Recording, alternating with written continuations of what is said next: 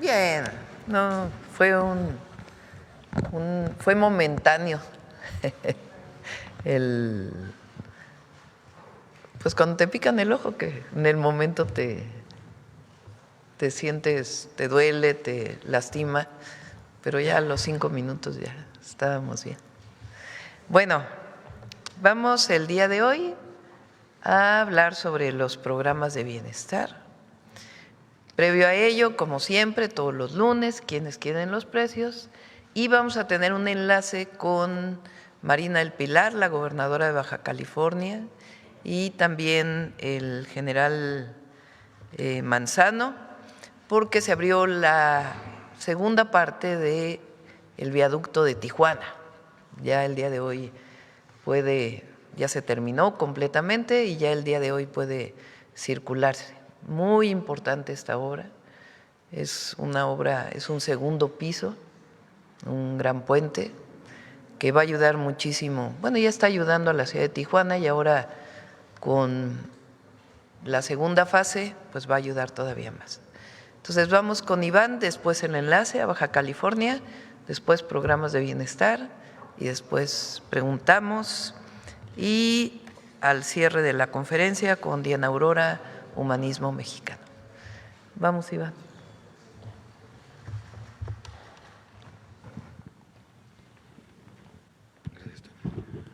Muy buenos días, con su permiso, Presidenta. ¿Quiénes quieren los precios? Iniciamos con esta buena noticia que sucedió la semana pasada con la renovación de la Estrategia Nacional para promover la estabilización del precio de la gasolina. Como ha señalado nuestra presidenta, frente al aumento en los precios de la gasolina a nivel internacional, en México se le da seguimiento a esta estrategia para proteger la economía de las familias. Entonces, se renovó este acuerdo voluntario con la industria y con todos los empresarios gasolineros para mantener por debajo de los 24 pesos el litro de gasolina regular, y aquí están los ejemplos de cómo ha ido disminuyendo a partir de la primera firma y hasta esta renovación, con una reducción importante en el precio de menos 2.2%. Adelante. Y en el seguimiento que realizamos todas las semanas, ubicamos estas estaciones que venden a precios justos, en particular en San Luis Potosí, 23 pesos con 10 centavos, y aquí en cada una de las regiones cuánto cuestan, destacando que en ningún momento el margen de ganancia está por arriba de los 2 pesos por litro. Les vamos a poner una palomita. Y continuamos con los que se siguen volando la verdad con los precios, y destacamos esta Petro 7 en Saltillo, Coahuila, en 24 pesos con 99 centavos, pero miren, esta Smart Gas en Puerto Vallarta, Jalisco, maneja un margen de ganancia de 3 pesos con 71 centavos por litro de gasolina, y por ello les vamos a poner un tache. Continuamos ahora con la información de Finabien. Continúa posicionándose como la mejor remesadora. Recordar que tenemos una calculadora en la página de internet de Profeco, en donde podemos hacer un simulacro de envío de $400 de Estados Unidos a México, en el modalidad de depósito a cuenta o transferencia. Finabien estaría dando 7,261 pesos con 31 centavos. Le vamos a poner una palomita, y la que menos da en esta modalidad es RIA Money Transfer, que da 6,873 con 57, le vamos a poner un tache. En la modalidad de envío en efectivo, Pangea Money Transfer es la que más dinero da por sus dólares. Recordar que esto es una combinación entre el promedio de la comisión y el promedio de tipo de cambio. Entonces, esta remesadora da 7,304 pesos por estos mismos $400. Le vamos a poner una palomita, y la que menos da es HUM, 6,819 con 8 centavos por los $400. Le vamos a poner un tache. Continuamos con la información del seguimiento a la canasta básica PASIC.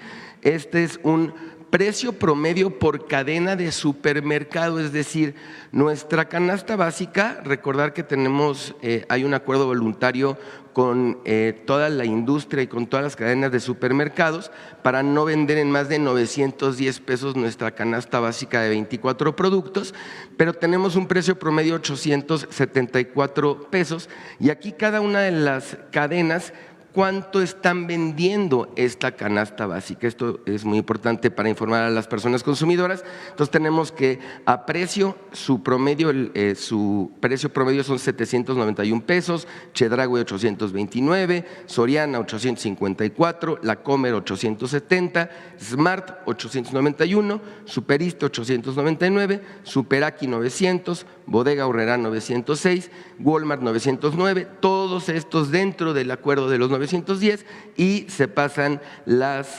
cadena Ley con 917 y H-E-B 938. Esto no quiere decir que no podamos encontrar canastas en menos de 910 en algunas de estos establecimientos. Estos son, recordar, precios promedio a nivel nacional. Adelante, por favor. En nuestro monitoreo ubicamos que la canasta básica más barata está en Chedraui El Dorado en San Luis Potosí, 778 pesos con 70 centavos, le vamos a dar una palomita, y la más cara Bodega Aurrerá Avenida Central en el municipio de Nezahualcóyotl, 941,90, le vamos a poner un tache. Nuestro comparativo de 3 ciudades, Álvaro Obregón, Ciudad de México, la más barata, La Comer El Olivar, 847 pesos, palomita, la más cara, Bodega Aurrerá Santa Lucía, 937,90, tache. Saltillo, Coahuila, la más barata, Soriana Hipercos, 824,60, palomita, y la más cara, Bodega Aurrerá Emilio Carranza, 880 pesos, sigue siendo por debajo de los 910, por eso también le vamos a poner palomita. Y en Monterrey tenemos Soriana Hiper Lincoln, la más barata 824,90 y la más palomita, y la más cara Smart Lincoln 889,78, también palomita. Continuamos ahora con el contenido de nuestra revista del Consumidor de marzo. Aquí dedicamos algunos contenidos a mujeres. En el artículo de autonomía financiera tenemos el control de las finanzas como clave para la independencia económica de las mujeres. Tenemos esta otra sección, el precio invisible de los estereotipos, cómo evitar caer en la trampa de los productos rosas para proteger la economía de las mujeres. Y tenemos un comparativo de seguros para mujeres, tanto de gastos médicos como de vida, con recomendaciones para planificar, comparar y elegir el seguro de acuerdo a cada etapa de la vida. Y ahí tenemos nuestro QR, recordar que la revista del Consumidor, tanto impresa como en electrónica, son gratuitas. Adelante. Finalizamos con nuestros consejos Profeco de la semana. 1. A través de un esfuerzo voluntario seguimos protegiendo la economía de las familias al mantener por debajo de 24 pesos el litro de combustible regular. 2. El precio promedio de la canasta básica PASIC por cadenas comerciales es de 874 pesos. Compara y elige los lugares en donde venden con precios justos. Y 3. Consulta el contenido de la revista del Consumidor dedicado a empoderar la toma de decisiones de las mujeres. Nuestras redes sociales, página de internet, número del consumidor. Es todo, Presidenta. Muchas gracias. Muy buenos días. Gracias, Iván. Vamos al enlace. Buenos días.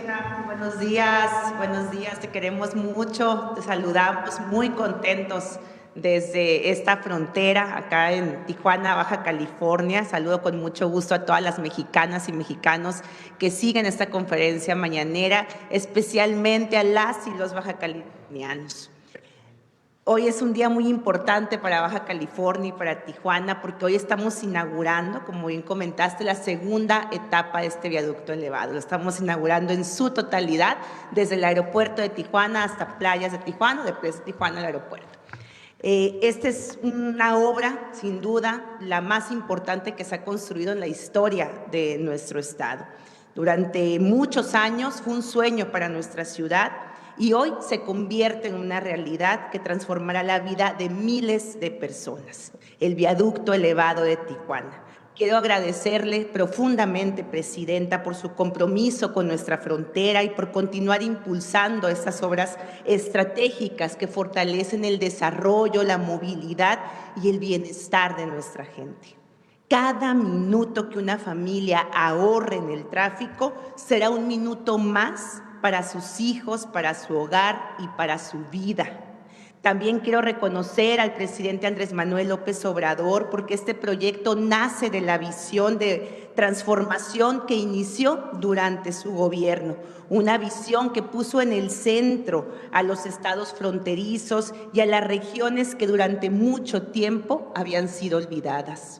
El viaducto elevado no es solo concreto y acero, es tiempo para las familias que recuperan, es calidad de vida, es desarrollo y es justicia para una ciudad que mueve la economía de México desde la frontera. Quiero también expresar nuestro reconocimiento a la Secretaría de la Defensa Nacional, a las mujeres y hombres que con disciplina, profesionalismo y amor por México hicieron posible esta obra. Y de manera muy especial al general Manzano, que lo queremos mucho. Gracias, general, por su liderazgo, su compromiso y su trabajo tan cercano con Baja California. Gracias por demostrar que cuando las instituciones trabajamos con responsabilidad y coordinación, los resultados se ven y se sienten en la vida de la gente. Presidenta, gracias. Gracias por seguir construyendo el segundo piso de la transformación y hoy también, literalmente, el segundo piso de la movilidad de Tijuana. En Baja California seguiremos trabajando siempre con el corazón por delante para transformar la vida de quienes más lo necesitan. Gracias, presidenta. Gracias, Marina. Sí, ¿no van a hablar el general Ramírez o el general Manzano? Sí, después. Adelante. Tijuana avanza en su desarrollando la transformación de México a través de obras de infraestructura estratégica que contribuyen al progreso del país.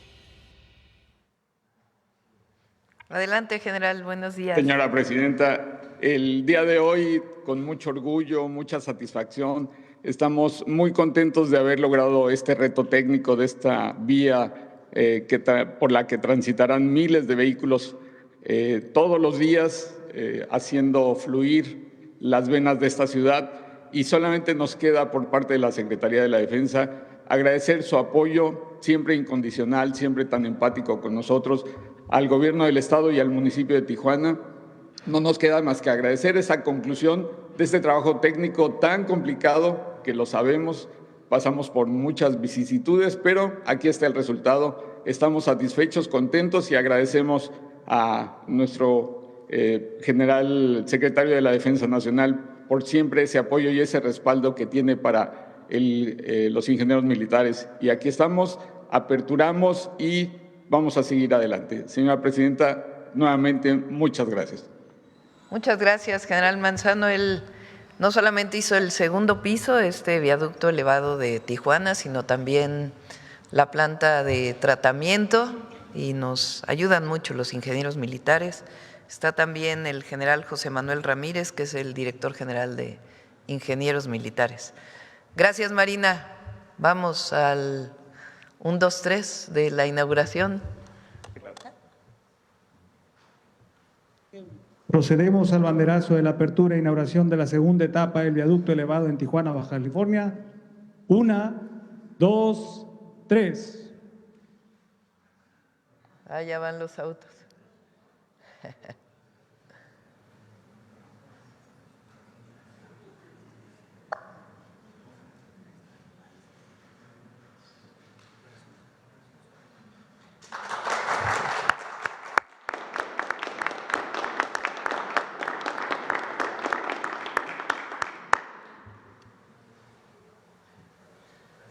Muchas felicidades, saludos a Tijuana, Baja California, frontera norte. Bueno, vamos con programas de bienestar. Primero inicia ya la próxima semana el pago de personas con discapacidad. Nos va a presentar Ariadna este programa en particular y después Julio León, cómo vamos con las becas Rita Cetina. Adelante, Ariadna. Con su permiso, presidenta. Buenos días a todas y a todos. como saben, estamos en el mes de pago del bimestre marzo-abril de las pensiones y programas de bienestar. Adelante. Para este bimestre estamos pagando a 18.8 millones de personas con una inversión de 104.695 millones de pesos. Es una inversión bimestral que va creciendo y que mantiene la tranquilidad del ejercicio de los derechos de nuestros derechohabientes de las pensiones y programas. Adelante. Recordarles que como estamos en este mes de pago, el pago concluye el día miércoles 26 de marzo y el pago se realiza por letras. Adelante, y vamos muy bien ya, vamos a la mitad del periodo de pago. Adelante. Yo quiero hablarles también sobre la pensión para personas con discapacidad. Adelante. Recordar que es un derecho constitucional para las personas que viven en esta condición. La reforma constitucional al artículo 4 establece dos grandes temas en materia de discapacidad. Lo primero es el derecho a acceder a una pensión. En la Constitución, a diferencia de la pensión de adultos mayores, quedó establecido que este derecho se deberá garantizar entre la Federación, el Gobierno federal y los estados, de tal manera que podamos en conjunto entregar esta pensión no contributiva, y se está realizando de esta manera. Y por otro lado, se estableció en la Constitución el derecho a la rehabilitación, que es un derecho llave para acceder a los demás derechos, a poder ir a la escuela, trabajar, el acceso a la salud, etcétera. Esto es muy importante porque la rehabilitación debe realizarse, implementarse, brindársele a las personas con discapacidad en cualquier etapa de su vida, pero especialmente en la etapa de menos de 17 años. Es por eso que tenemos programas para ello. Adelante. Están recibiendo su pensión en este bimestre 1.596.000 personas con discapacidad que ya ejercen este derecho. La inversión social para este año es de 37.452 millones de pesos de los recursos del gobierno federal. Se adicionan los que invierten los estados de la República. Adelante. En este año, junto con la Secretaría de Salud, desde el 2025, se están entregando un apoyo adicional a las niñas y los niños con cáncer. Ellos reciben su pensión de bienestar, pero se está entregando un apoyo adicional para las familias que tienen un niño con cáncer, una niña que dentro del seno familiar. Son 2.698 y es un número que va cambiando, y este trámite, a diferencia de los demás programas, se hace en las instituciones de salud pública, los hospitales donde ellos son atendidos. Adelante. También el programa de salud casa por casa, como ustedes saben, atiende de manera preventiva la salud de adultos mayores y de personas con discapacidad. 1.281.000 beneficiarios ya han recibido la primera visita de las enfermeras, donde se ha levantado el registro de su historia clínica. Ya estamos realizando la segunda consulta y a partir de la segunda consulta ya será en periodos distintos dependiendo el grupo de riesgo al que se les haya clasificado. Ya han recibido 255.000 personas con discapacidad esta siguiente consulta. En suma, hemos ya otorgado más de 1.537.000 consultas a las personas con discapacidad en su domicilio con las enfermeras y los médicos del programa. Y con la Secretaría de Salud se están haciendo todos los análisis que posteriormente se presentarán de la información médica que tenemos, y estamos trabajando un mapa de las discapacidades por territorio para conocer también los orígenes de la misma y poder ser preventivos. Adelante. Y para hacer efectivo el derecho a la rehabilitación y habilitación de las personas con discapacidad, como ustedes saben, tenemos un acuerdo con la Fundación Teletón, es la única organización de la sociedad civil con la que se trabaja en bienestar, para otorgar terapias gratuitas. Actualmente tenemos a 27,897 niñas y niños menores de 18 años que reciben estas terapias en 20 estados de la República, en 23 centros de rehabilitación.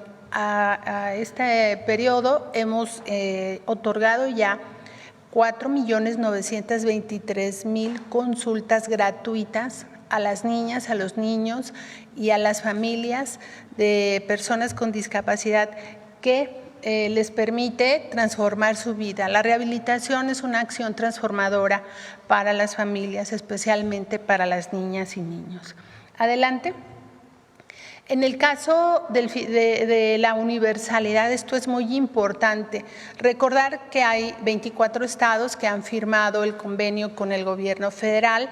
Lo hicieron desde el gobierno con el presidente López Obrador y dentro de las primeras acciones de gobierno de nuestra presidenta fue volver a firmar el convenio con la Fundación Teletón y firmar el convenio con los estados de la República.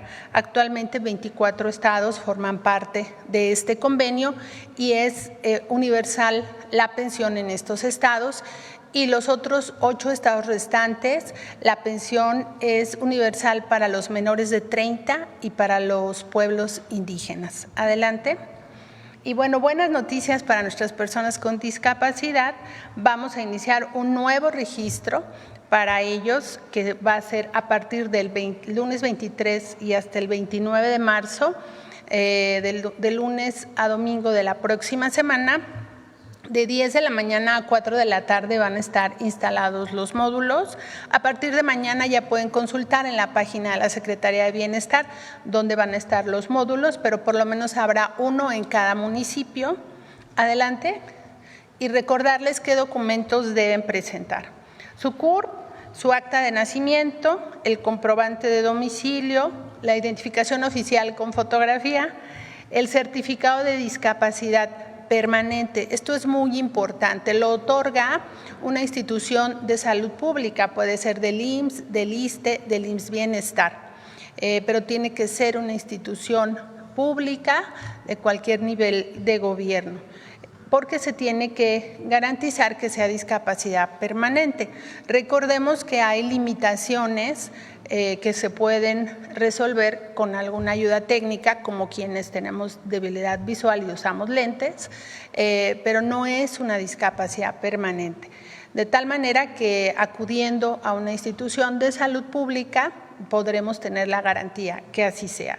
Y también, como siempre, dejarnos un teléfono de contacto para avisarles cuándo habrán de recibir su nueva tarjeta. Adelante. Y el calendario, como ustedes saben, es por letras para darles una mejor atención, y los esperamos a las personas con discapacidad que aún no estén registradas en la pensión. La discapacidad, como última reflexión, es algo que todos podemos llegar a vivir por un accidente, por una enfermedad. Por eso siempre la convocatoria es que todas nuestras acciones sean inclusivas de todas las personas con discapacidad. La discapacidad es el contexto. Hoy sabemos que la neurodiversidad y las diversas condiciones de las personas no son la discapacidad. La discapacidad es que yo no me pueda desplazar porque las calles no están adaptadas para alguien que tiene una discapacidad motriz. Entonces, siempre el mensaje es: la inclusión hará que todas las personas vivan mejor. Gracias, Presidenta.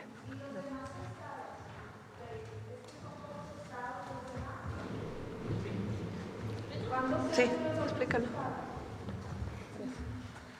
En 24 estados el registro es universal, de 0 a 64 años. En los estados donde no hay convenio, donde todavía los estados no se suman a la estrategia, vamos a registrar de 0 a 30 años, como establece la Constitución, y para los pueblos indígenas, que también es universal desde el inicio de esta pensión.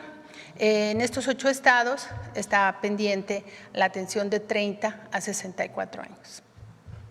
Gracias.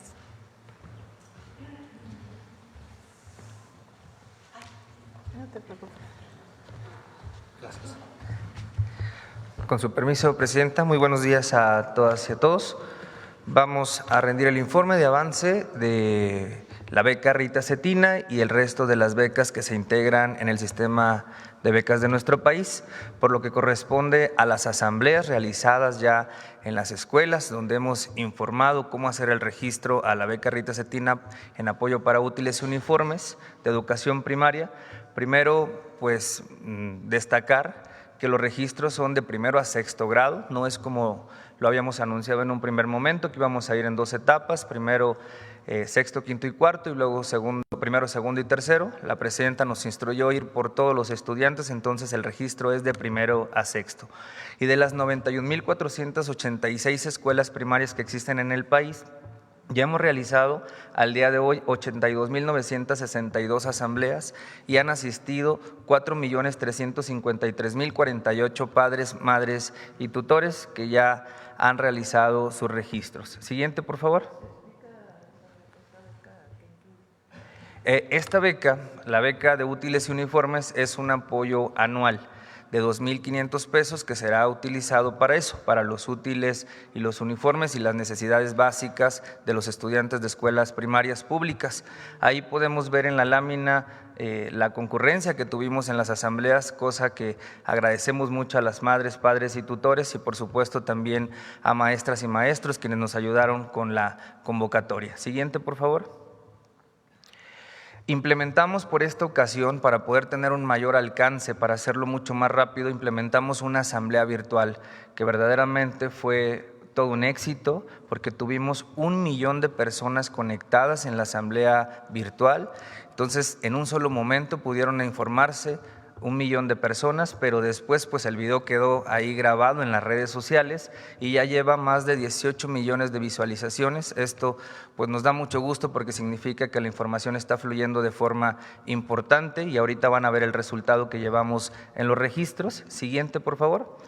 Ahí podemos ver cómo las y los servidores de la educación estuvieron atendiendo a la asamblea virtual, contestando todas las inquietudes, ya que ahí les pedimos a mamás, papás, tutores que pusieran su estado, su municipio, su localidad, para que un servidor de la educación cercano pudiera tomar la pregunta y dar respuesta hasta que quedara muy esclarecido el registro, cómo hacer el registro. Siguiente, por favor. ¿Y cómo vamos en el registro? Pues vamos muy bien. Llevamos ya 5,268,571 registros recibidos en la plataforma. Todavía no cerramos el registro. Este cierra el próximo 19 de marzo, así que todavía tenemos oportunidad de recibir más registros y esto es en la plataforma www.becarritacetina.gov.mx. Siguiente, por favor.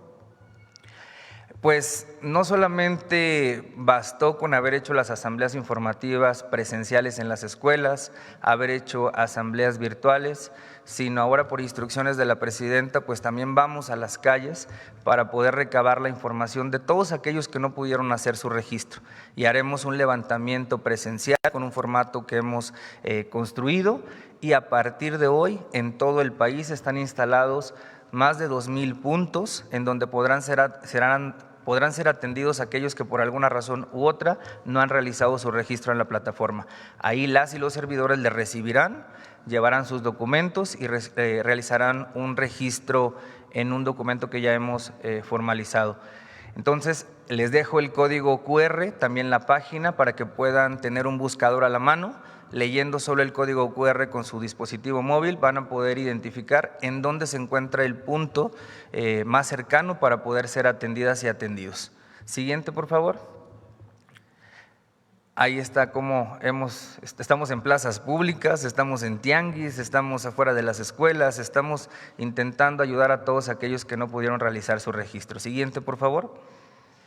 Y en el marco del Plan Michoacán, en atención a la beca Gertrudis Bocanegra para estudiantes de educación superior, con esta beca para transporte, que es de 1,900 pesos bimestrales, tuvimos una captación en el registro pasado de 44,076 estudiantes. Ya hemos entregado 41,887 tarjetas, que representa el 95%. La inversión en el año será de 418,722 pesos. Y la buena noticia para los estudiantes de Michoacán es que el día de mañana se verá reflejado el depósito del bimestre enero-febrero para quienes recientemente hicieron su registro y recibieron su tarjeta. Siguiente, por favor. Y la presidenta nos ha instruido que nadie se quede fuera de este gran sistema de becas. Así que para todos los estudiantes que quedaron pendientes de registrarse en Michoacán a la beca Gertrudis Bocanegra, reabrimos nuevamente el registro y este se apertura del día 23 al día 27 de marzo en la misma página que ya se registraron quienes ya recibieron su tarjeta, www.becagertrudisbocanegra.gov.mx. Siguiente, por favor. Y aquí en esta lámina pues vemos las dispersiones que se van a realizar en el mes de abril. Para la beca Rita Cetina es una atención de 8.2 millones de becarios con una inversión de 13,100 millones de pesos. En Benito Juárez para media superior son 4.1 millones de estudiantes y la inversión es de 15,800 millones de pesos.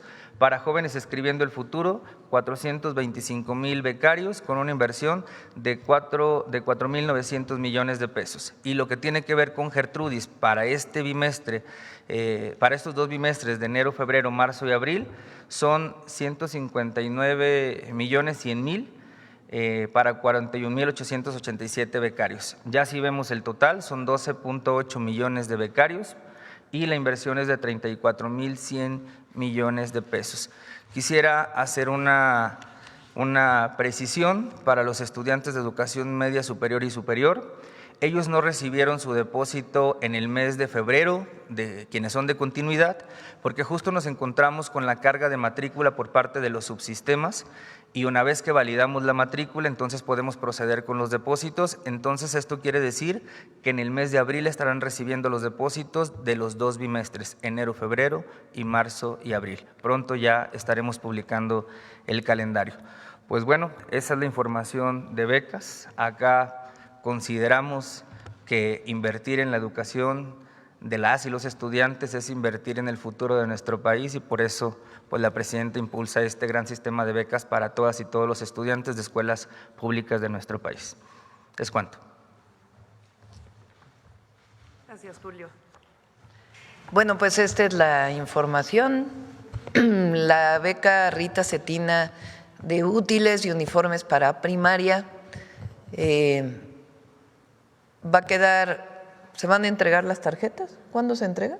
A partir de mayo. A partir de mayo se entregan las tarjetas y entre julio y agosto estaremos haciendo el depósito para que previo a que se entre al nuevo ciclo escolar tengan sus recursos para comprar todo lo que necesitan las niñas y los niños. Bueno, vamos a las preguntas. A ver, vamos, en la primera fila están quienes no preguntaron, ¿verdad? Quienes estaban pendientes. A ver, vamos por acá.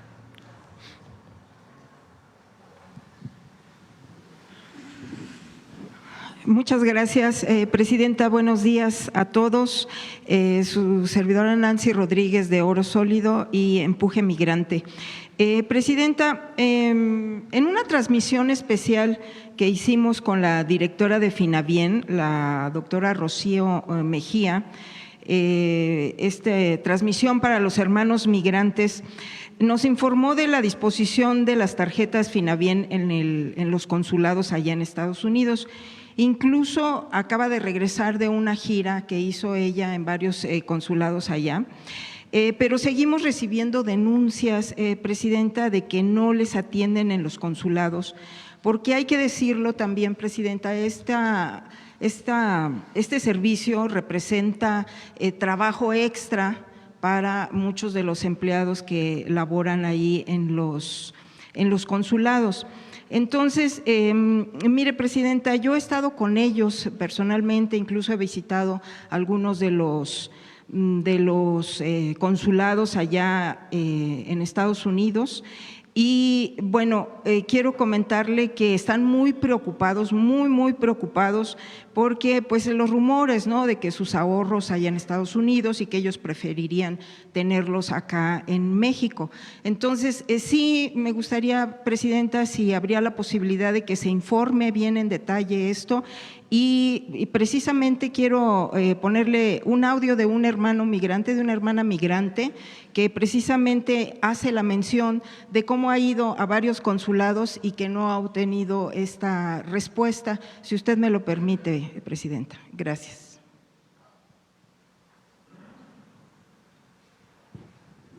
Hola, ¿cómo estás? Espero que estés bien, Nancy.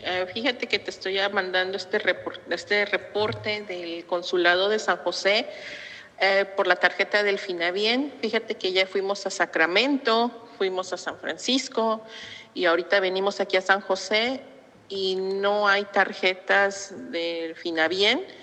No hay coordinación en ningún consulado porque nos traen de un lado para otro. ¿Te imaginas estar ahora sí como peregrinos de un lado para otro para que nos digan que no? Por favor, si puedes preguntarle a la presidenta o qué es lo que nos pueden decir, porque aquí no hay información y créeme que hay mucha gente que así nos traen. Te lo agradezco mucho. Esto es aquí en California. Cuídate mucho y muchas bendiciones, Nancy. Gracias por apoyarnos. Pueden pedirla por correo, a ver si tienes la presentación de Finavien. No necesitan ir al consulado, en los consulados se da información de la tarjeta Finavien. Vamos a hablar con Relaciones Exteriores para que aumente la información, pero se puede pedir directamente, no se necesita ir al consulado a recibir la tarjeta.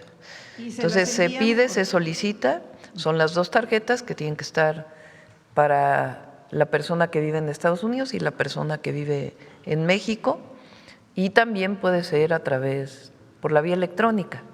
A ver si nos pasa, Rocío, la información del lugar en donde pueden solicitarla. Gracias, Presidenta. Precisamente es eso de informarles, porque pues millones. Vamos a traer a Rocío para que vuelva a informar. Y sobre todo la facilidad en los consulados. El miércoles, si quieren. Bueno, miércoles es 18, ¿no? El 19, si quieren, que venga Rocío para poder informar. El viernes vamos a estar en Cancún. Solicitar tu tarjeta Finavien en www.gov.mx, Finavien. A ver, pícale ahí. Sí tienen internet, ¿no? Para…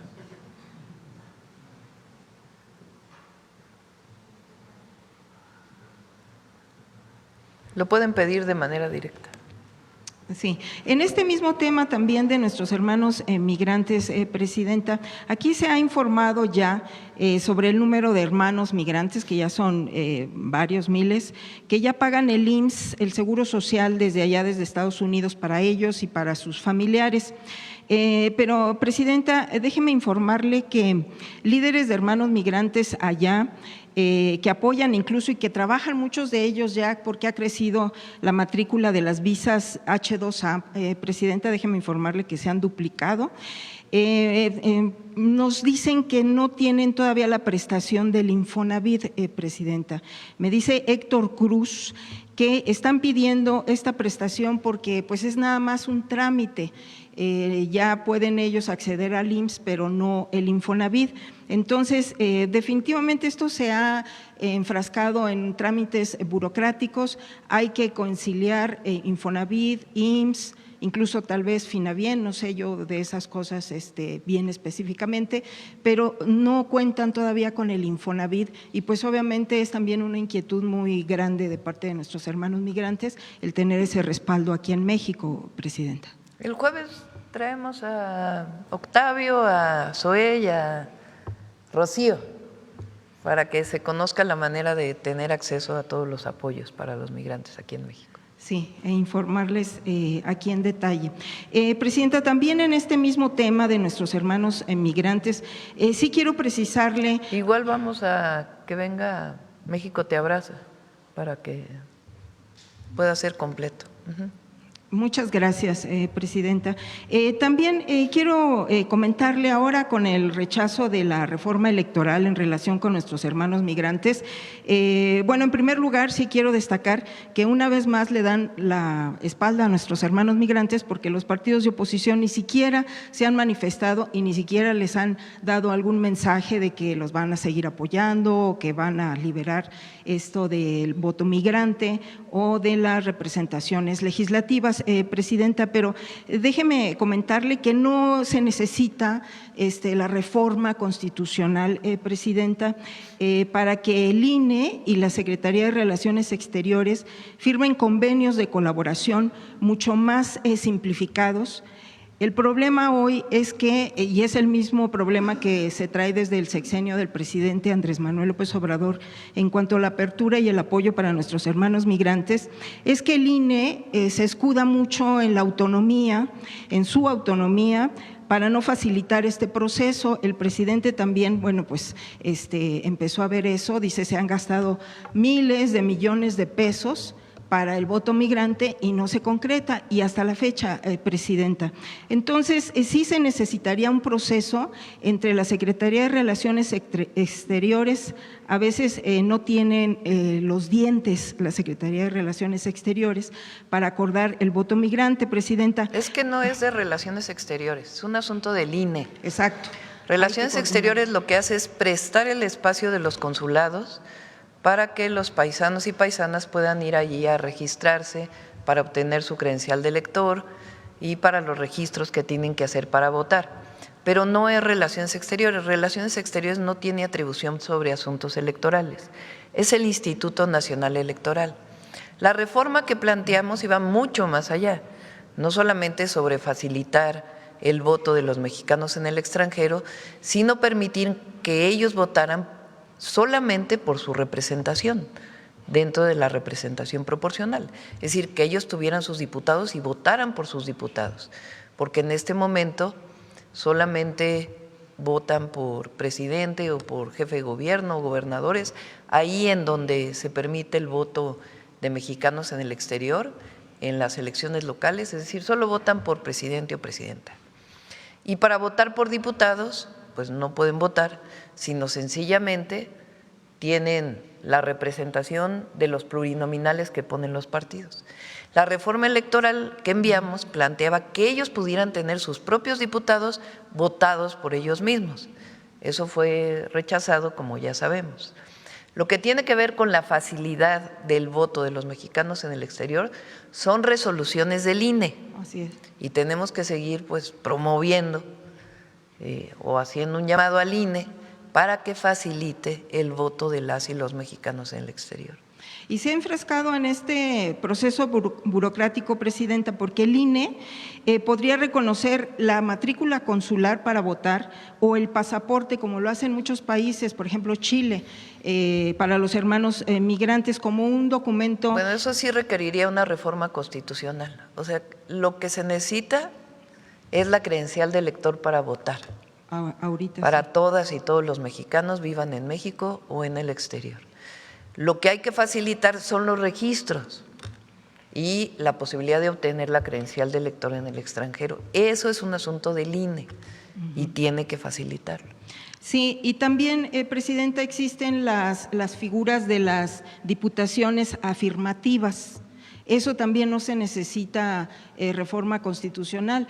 Por ejemplo, ahorita en las afirmaciones, en las acciones afirmativas está el derecho al voto, por ejemplo, a las personas con discapacidad, a los pueblos originarios, y bueno, ahí podría entrar también el voto migrante, y para que en las listas plurinominales que van a prevalecer, las 200, en los primeros números aparezca también un hermano migrante, que incluso también se regularice para que sea efectivamente un hermano migrante que viva allá en Estados Unidos. Eso sí. Eso también se puede liberar y es sin ya, o sea, es dentro de la figura. O sea, en las listas plurinominales hoy entran 12. En las listas de todos los partidos políticos tienen que entrar 12 personas que viven en el exterior. Lo que pasa a veces, como bien dices, es que pues no se fija un límite de que tienen que vivir allá por tanto tiempo. Exacto. Entonces, a veces, pues llevan ahí poco tiempo y se ponen en las plurinominales. Sí, y el INE, arropándose en su supuesta autonomía, pues no hay esa relación, ese vínculo, no se ha podido hacer con el gobierno federal y es importante hacerlo, tal vez una comisión especial, porque estamos hablando de más de 12 millones de mexicanos en Estados Unidos que podrían ya votar para el 2027, Presidenta. Gracias, Presidenta. También en otro tema, Presidenta, el asunto de luz y fuerza del centro de los trabajadores, ya ve que hubo aproximadamente más de 20,000 trabajadores que sí aceptaron la liquidación. Ahora con el presidente Andrés Manuel López Obrador, que les hemos dado seguimiento a todo el proceso, incluso estuve ahí en el Monumento a la Revolución cuando fueron los más de 10,000 jubilados que sí recibieron ya todo el apoyo por parte de la 4T, o sea, les respondió.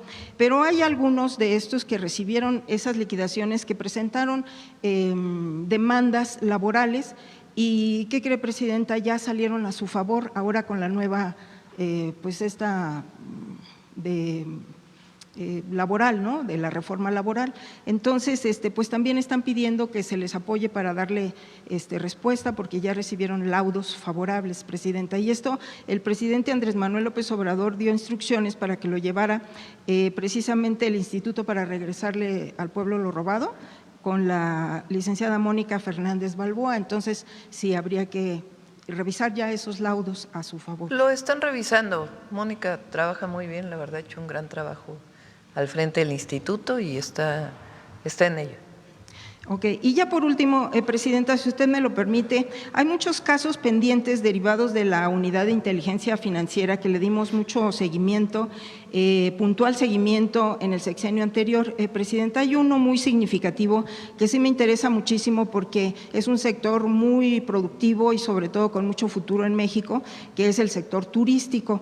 El caso es del Consejo de Promoción Turística, que incluso, el presidente lo canceló, lo dio de baja y precisamente fue por los desvíos de dinero que se daban. Se documentó la existencia de un contrato irregular y opaco que lo dieron aquí a conocer en la conferencia. Esto se hablaba de 110 millones de dólares, Presidenta, y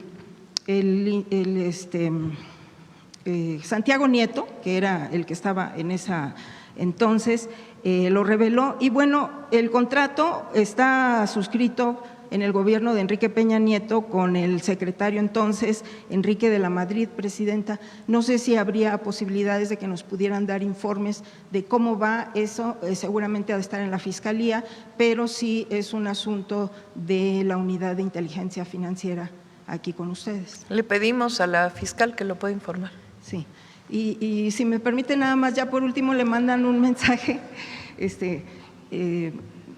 acaban de elegir al auditor y le hizo un video que se lo voy a dejar con Comunicación Social, Muna Buchaín, y me pidió que a ver si puede escucharlo y se los voy a dejar a través de…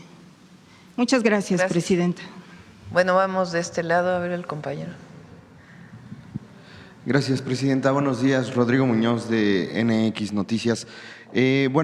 Aparentemente este fin de semana el partido Morena junto con los partidos aliados se habrían posicionado y ya mostrarían el respaldo para el plan B que tengo entendido ya enviaría este día o a más tardar mañana al Congreso. Su opinión al respecto, Presidenta, y sobre la negociación que se tuvo dentro de esta alianza.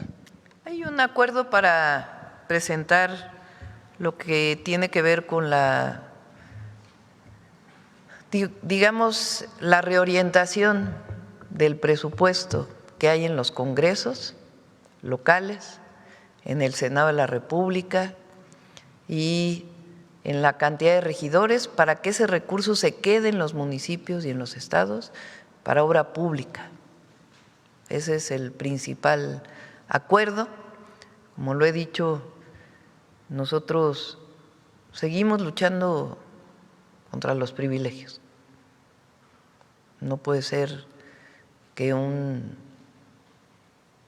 Congreso de un estado tenga 25 diputados, otro Congreso tenga 25 diputados y un Congreso tenga un monto por diputado de 39 millones de pesos y otro tenga 5 millones de pesos, pues es un exceso. Y ese recurso no se lo lleva la Federación, sino el objetivo es que se quede para la gente, para ayudar a mejorar los servicios públicos de municipios y de los estados. Entonces hay acuerdo en este sentido. Nosotros vamos a seguir de todas maneras insistiendo en que también debe haber disminución de los privilegios a los partidos políticos y la elección de todos los diputados. Eso es algo que para nosotros es algo que ha pedido la gente, que no se logró ahora, pero eso no quiere decir que no quitemos el dedo del renglón. Ahora a lo mejor no se puede, pero después a lo mejor sí. Entonces, hay acuerdo en este punto y en lo otro pues vamos a seguir insistiendo. Presidenta, la semana pasada que nos hablaba sobre este plan B y este ahorro, si no mal recuerdo, mencionó 4,000 millones de pesos los que se podrían ahorrar con la reducción del presupuesto de estos diputados locales. Yo nada más tenía ahí la duda de saber específicamente cómo se piensan dirigir hacia las obras que necesiten los municipios, es decir, directamente se envía al municipio y ellos distribuyen este recurso o se va a eso es parte de la autonomía del municipio. Los municipios y los estados tienen dos tipos de ingresos. Uno que es el ingreso que aporta la Federación y otro que son los ingresos propios de impuestos que ellos cobran, predial, y otros derechos que pueden cobrar. Eso lo determina pues el propio cabildo en el caso del municipio o el Congreso estatal, dependiendo de la característica de lo que es el derecho o el impuesto en cada uno de los lugares. La aportación federal, con excepción de la Ciudad de México que tiene mitad y mitad de presupuesto, las demás entidades de la República tienen mayor aportación federal que lo que ingresan de manera directa. Hay estados que son más pobres y que por lo tanto tienen menos ingresos propios, hay estados que tienen pues mayores recursos y tienen mayores ingresos propios. Y la Federación, el objetivo que tiene a través de la Ley de Coordinación Fiscal, pues es distribuir esos presupuestos para que haya justicia en la distribución del presupuesto. Entonces, en este caso, la aportación federal, el objetivo es que no se vaya a pagar a un regidor sus bonos y sus beneficios y sus camionetas y sus trabajadores y sus asesores, sino que se vaya para bachear, que se vaya para obra pública, para agua potable, para drenaje.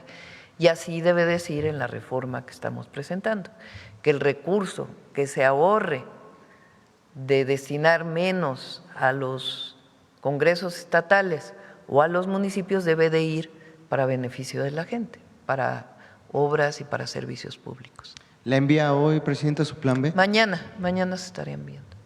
En otro tema, pues este fin de semana volvimos a ver una nueva reaparición del expresidente Andrés Manuel López Obrador respecto al tema del apoyo a Cuba y usted pues este fin de semana durante su gira en Nayarit habla sobre esta continuidad al apoyo a la isla, en qué consiste y la opinión respecto a este pues nuevo pronunciamiento del expresidente. Hace algunos días salió un desplegado en el periódico La Jornada. No sé si lo tienen por ahí. En ese desplegado firman muchas personalidades y muchas personas y llaman a depositar en una cuenta de un banco, del Banco Banorte que ellos abrieron y que solicitaron a la Secretaría de Hacienda que esta asociación civil pudiera ser donataria, que se deposite ahí para enviar apoyo a Cuba.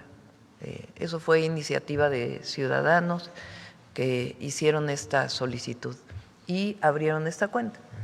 Ahí está, el destino de Cuba no nos es ajeno, en esta hora difícil para las soberanías de América Latina, el criminal cerco a la isla de Cuba nos duele especialmente a las mexicanas y a los mexicanos. No voy a leer todo. Dice, a partir de este día damos a conocer una cuenta bancaria de Banorte, de la Asociación Civil Humanidad con América Latina, con clave interbancaria tal, con el fin de acopiar la aportación económica de quienes deseen cooperar para adquirir alimentos, medicinas, plantas eléctricas y otros productos indispensables para la resistencia de nuestros hermanos y nuestras hermanas. Y firman, vamos a ver las firmas. Los responsables son Laura Esquivel y Carlos Pellicer López, y firman Elena Poniatowska, Enrique Semo, Ignacio Ramonet, Marcos Reutemann, Laura Esquivel, Carlos Pellicer López, Enrique Dussel, Peters, en fin, varias personalidades que firman este desplegado. El fin de semana, el presidente López Obrador hace una publicación en sus redes sociales, a ver si la pones.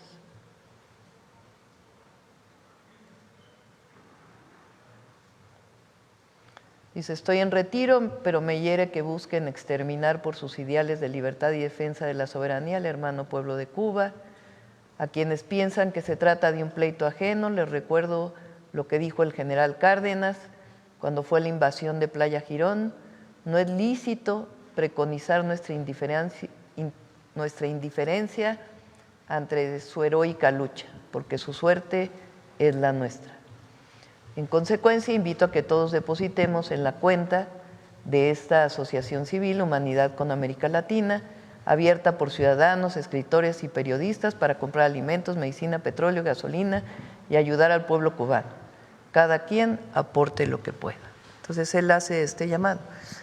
Este fin de semana hubo varias publicaciones de todos los adversarios políticos, que cada vez que ha salido, creo que 3 veces el presidente López Obrador desde su retiro político, uno cuando fue a votar por la reforma al Poder Judicial, otro cuando presentó su libro, y esta es la 3ª vez que hace este llamado a solidarizarse con el pueblo de Cuba. Y dicen que de dónde salió esa cuenta, y para que todos tengan sin problema, todas las cuentas de banco pues tienen que tener una reglamentación igual a esta. O sea, no es algo que va a ser excluido de la regla de los depósitos, etcétera. Todo siempre es fiscalizado, porque ya decían quién sabe cuánta cosa. Entonces, es este llamado que hace él y que hacen pues muchas personalidades. Y es un llamado solidario al pueblo de Cuba, porque está sufriendo el pueblo de Cuba. Y es un sufrimiento que no tiene que ver con ellos, no es un sufrimiento que tiene que ver con un aislamiento que está desde hace décadas, de un bloqueo comercial y recientemente de un bloqueo de combustibles. Entonces, este llamado que hace muchas personalidades, incluido el presidente López Obrador, para llamar a depositar en esta cuenta. Así fue.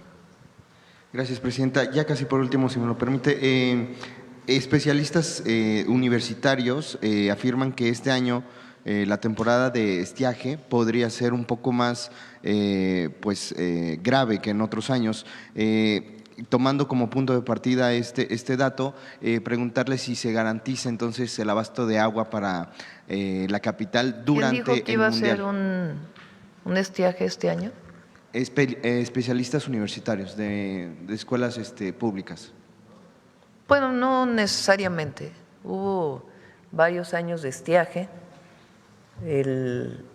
particularmente en la zona metropolitana del Valle de México. El sistema Cutzamala, que suministra una parte muy importante, que son de presas en el estado de Michoacán y en el estado de México, cayó a una quinta parte de lo que debe normalmente tener. La disminución de la aportación de agua pues fue casi del 25% de lo que normalmente recibe el Valle de México. Y se hicieron varias acciones, me tocó como jefe de gobierno una parte, después ya le tocó a Martí Batres otra parte, y el año pasado hubo mucha lluvia y se llenaron de nuevo las presas del Cutzamala. Entonces, particularmente el Valle de México En este momento, pues al revés, tiene bastante agua. Y los estados que han sufrido mayor sequía son los del norte, particularmente Baja California, Sonora y Chihuahua, algo Coahuila también. Son los 4 estados que más han sufrido de escasez de agua, algo Sinaloa, pero no tanto como estos 4 estados, que el año pasado pues sí llovió, pero no lo suficiente para llenar las presas. Presidenta, y hablando de temas del Mundial, no sé si tuvo algún reporte de cómo le fue a la clase.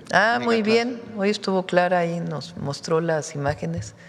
Fueron cerca de 9,500 personas en esta clase, la clase de fútbol más grande del mundo.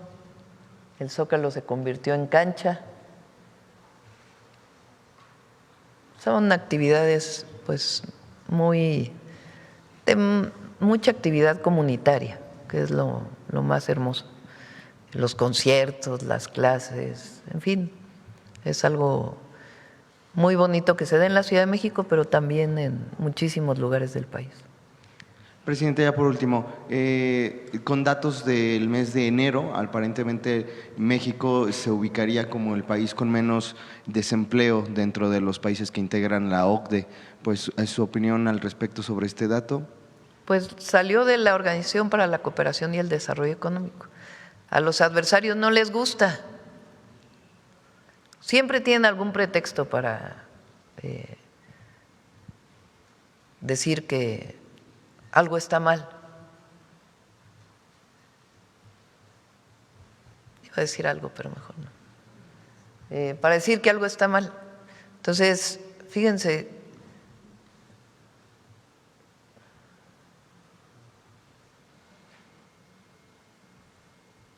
tasa de desempleo, enero de 2026, en comparación con la tasa más baja desde 2001. Porcentaje de la fuerza laboral ajustado estacionalmente. Ya sé que van a decir que no todos son empleos formales, pues sí, pero es la tasa de desempleo desde que se mide. De la misma manera, porque siempre se ha medido igual la tasa de desempleo. México es el país con menos tasa de desempleo de todos los países de la Organización para la Cooperación y el Desarrollo Económico. Le agradezco, Presidenta. Buen día. Gracias. Vamos de este lado, a ver, compañero.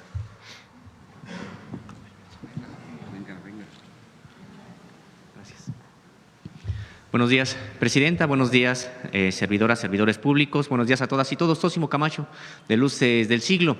Presidenta, aquí en esta mañanera le he expuesto lo que ocurre en los tribunales agrarios del país y hemos seguido indagando en Luces del Siglo y tenemos datos concluyentes de que de los 51 tribunales agrarios de este país, 19 están en manos de magistrados, magistradas que cumplieron su periodo para el que fueron nombrados, algunos desde hace 10 años. Con honrosas excepciones, las características de la mayoría de ellos es que fueron nombrados precisamente por el pripanismo, cuando hubo una intención prácticamente de desaparecer la propiedad social de la tierra, los ejidos, las comunidades, y pues así, en efecto, han venido fallando durante ese tiempo que hoy incluso decíamos están en funciones. Un ejemplo nada más rápido es lo ocurrido recientemente en el asunto de Santa María Chimalapa, en el que, bueno, pues tierras que son o que se encuentran en Oaxaca, resulta que se les adjudican a ejidatarios que se encuentran en Chiapas, solamente por poner un ejemplo. Y, Presidenta, no solamente son estos 19, sino que además hay 7 tribunales que no tienen titular y que solamente están funcionando con secretarios de acuerdos. Es facultad del Ejecutivo pues hacer las ratificaciones correspondientes o presentarlas más bien al Senado de la República, las ratificaciones y los nuevos nombramientos, y en ese sentido preguntarle si es que su gobierno tiene ya algunas listas, algo que vaya precisamente a pues renovar los tribunales agrarios del país. Sí, lo vamos a enviar pronto. Recuerden que enviamos para el Tribunal Administrativo recientemente y vamos a enviar para el Tribunal Agrario. Es muy importante, los tribunales agrarios, muy importante. Ahí se dio mucha corrupción de despojo de tierras a propiedad social, durante todo el periodo de privatización de los ejidos, de las comunidades, principalmente los ejidos. Pues ahí hubo muchísimos problemas. Entonces sí es muy importante que haya gente honesta en los tribunales agrarios y que conozca y tenga la sensibilidad con la propiedad social. Entonces ya pronto vamos a enviar algunos perfiles. Sí. Presidenta, sobre este mismo asunto y como recordatorio, también le presentaba aquí en este espacio ya hace algunos meses sobre el caso de que precisamente por todo este abandono durante mucho tiempo del campo, pues padecemos el regreso, digamos, de los terratenientes como país.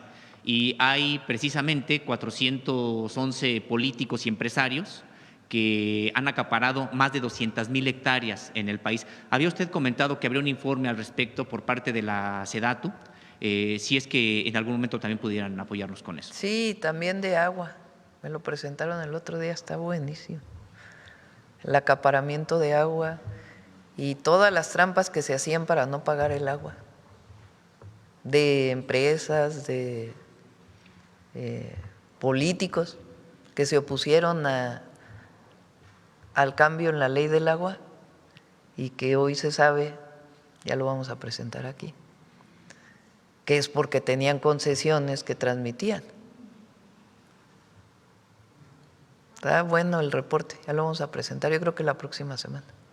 Presidenta, sobre el asunto de las tierras es importante porque pues hoy el que se considera el mayor acaparador de tierras del país, pues es hasta presidente de una fundación hoy académica y que bueno pues tiene tierras acumuladas de distintos ejidos en distintas entidades de la República. ¿Y por qué? Pues porque él fue precisamente en algún momento funcionario agrario del país, pero son prácticamente, decíamos, pues políticos de todos los partidos con registro. Bueno, lo paso un poco más adelante. Gracias.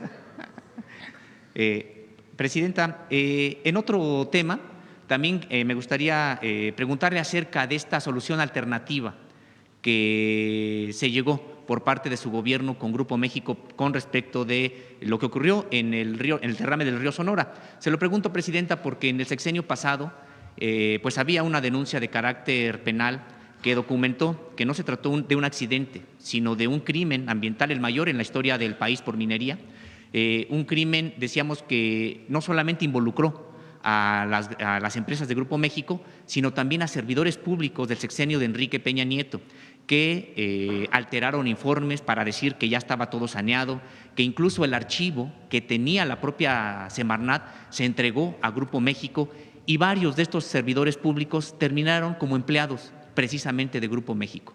Nos ha comentado ya usted que hay una solución alternativa sobre este asunto, además por un monto que era menor al que establecía la propia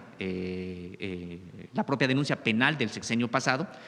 Preguntarle, Presidenta, ¿por qué mejor no llegar al final de lo que establecía esa investigación y que se aplicara la ley para estas empresas y para los servidores públicos que se coludieron en este crimen ambiental y entonces mejor llegar a una solución pues alternativa? Cuando hay daño ambiental, siempre hay la posibilidad, bueno, en general hay soluciones alternativas, pero particularmente cuando hay daño ambiental, la pregunta siempre es, ¿qué es mejor? ¿Que se repare el daño ambiental como salida alternativa o que haya personas que acaben detenidas?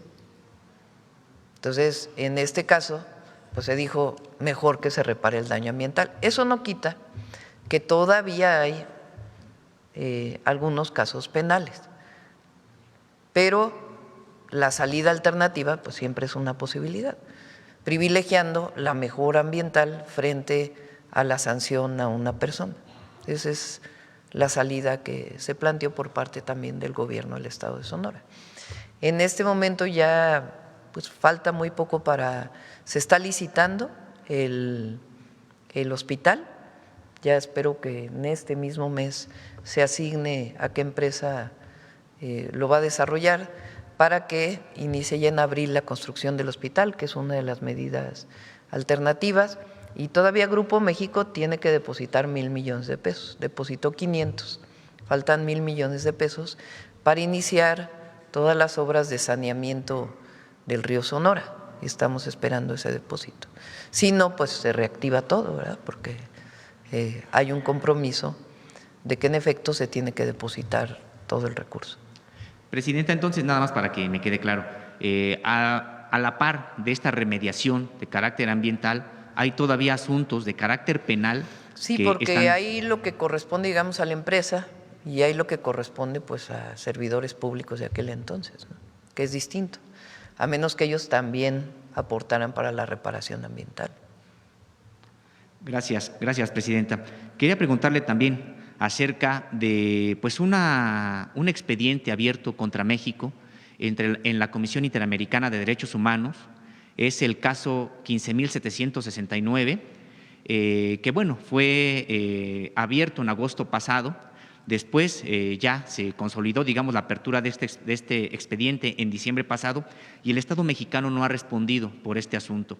Se trata precisamente de una negligencia médica en su momento, ya ocurrida pues hace 28 años contra la niña Johanna Fisher Garza, una negligencia médica, Presidenta, que involucra a una cadena de hospitales, Hospital José A. Muguerza, allá en Nuevo León. Aquí el asunto, Presidenta, es que se pudo acreditar el encubrimiento por parte del gobierno de Nuevo León entonces, de Natividad González Parás. Este asunto pues ha ido escalando, avanzando muy lentamente, con muchas cosas en contra por las instituciones de justicia mexicana, hasta llegar a la Suprema Corte de Justicia de la Nación. Y precisamente en tiempos de Norma Piña le dijo esta misma ministra a la madre de quien fuera la niña, Johanna Fisher Garza: ¿para qué quieres a la enfermera en la cárcel si nadie te va a pagar ni un pañal?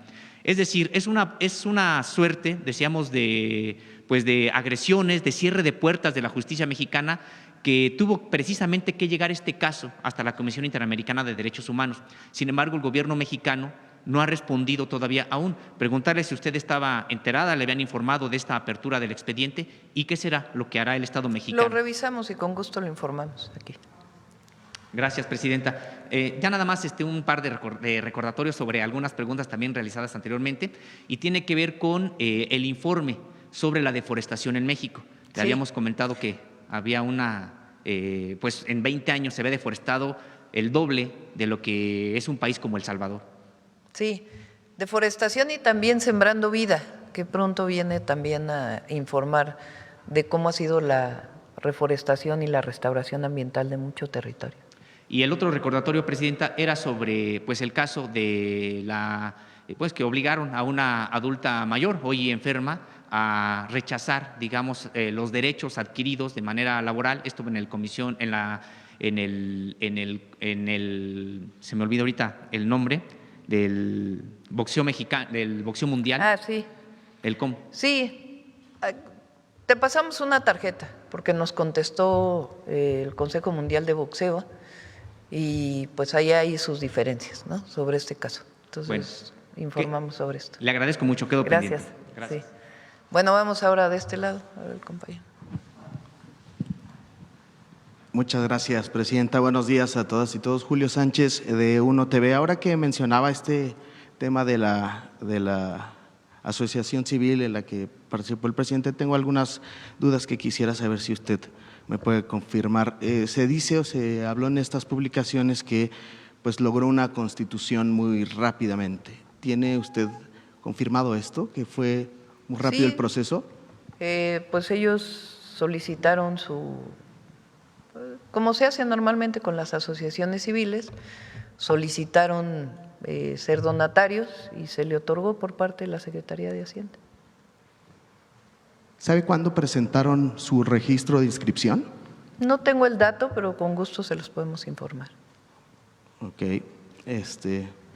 ¿Sabe quién es el representante legal? Son las personas que firman el desplegado. Entiendo que ellos son los representantes de la asociación civil. Laura Esquivel y Carlos Pellicer López. Ellos son los dos representantes. Sí. Okay. Desconozco si tienen un abogado para ser el representante legal. Lo averiguo y con gusto se los informo. Muchas gracias. Aprovecharía para preguntarle, ¿llamaría usted también a hacer alguna donación a través de esta asociación civil? Sí, puede ser de manera personal. Es importante que se sepa, porque ayer decían unas barbaridades, de veras. Fíjense que la derecha se caracteriza por algo. Son mezquinos. Y el humanismo se caracteriza por la fraternidad. Es la mezquindad frente a la fraternidad. Así de claro. La mezquindad en las mentiras, las calumnias. Ayer sueltan los bots, que era obvio, y luego ya el presidente López Obrador no tiene apoyo. Pero déjense ustedes eso, después dijeron una cantidad de mentiras tremendas. Este es un asunto de fraternidad. Ayer lo dije en el evento en Nayarit. México es un pueblo fraterno que siempre da la mano al que sufre. Eso nos caracteriza. Esa es la característica de nuestro pueblo y de nuestra historia. Y eso no lo podemos perder nunca, porque entonces dejaríamos de ser quienes somos. Y hay que defenderlo en todos los foros. México fue el único país, frente a todas las presiones, que se opuso al bloqueo a Cuba. El único. Una luz en el horizonte. México siempre ha sido solidario con el pueblo cubano. Siempre. Un pueblo hermano. Pero la mezquindad a veces, pues, está por encima de todo. El racismo, el clasismo, la mezquindad es lo que caracteriza a la oposición de derecha. Y acá, pues, es el humanismo, la fraternidad.